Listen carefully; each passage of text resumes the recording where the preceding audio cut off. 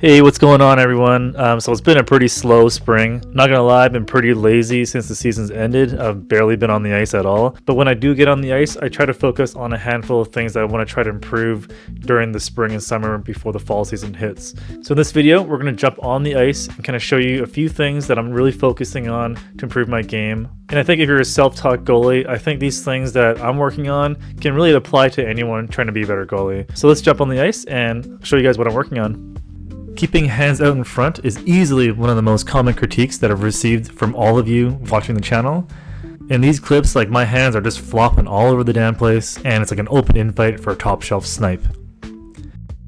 So what you can practice is hold something like your blocker or your stick, and just do some basic movements to make sure this is always in front of you. This engages your arms and your body to make sure that your hands are always out in front of you.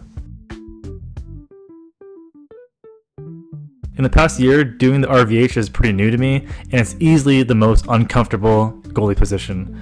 So what we can do to get better at this is just practice along the wall, just dropping into that RVH, and just hope that your knees don't completely blow out like mine. You might also find that maybe your pads kind of get in the way, but you're really just doing this to get comfortable and dropping into this RVH position. Everyone has a weak leg. Mine is definitely my left leg, especially with leading a T-push.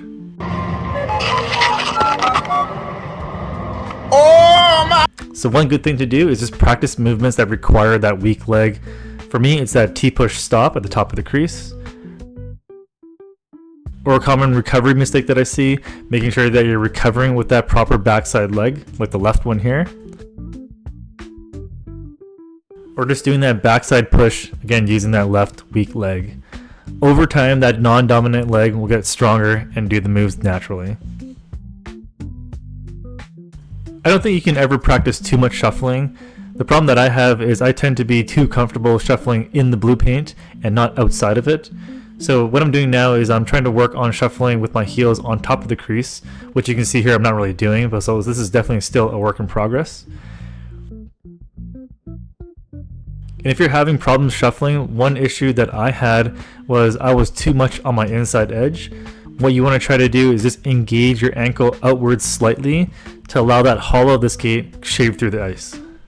I am a notorious butterfly hopper rather than butterfly sliding, so much so that I made a video about it over a year ago, and it's sad to say that I still do this, but I only have myself to blame because I never really practiced this move. So when you have time in the ice, do a few slides focusing first on a nice glide backwards for momentum, and then a slight rotation of your hands and eyes to the direction you want to go to, and then slide over rather than hopping over.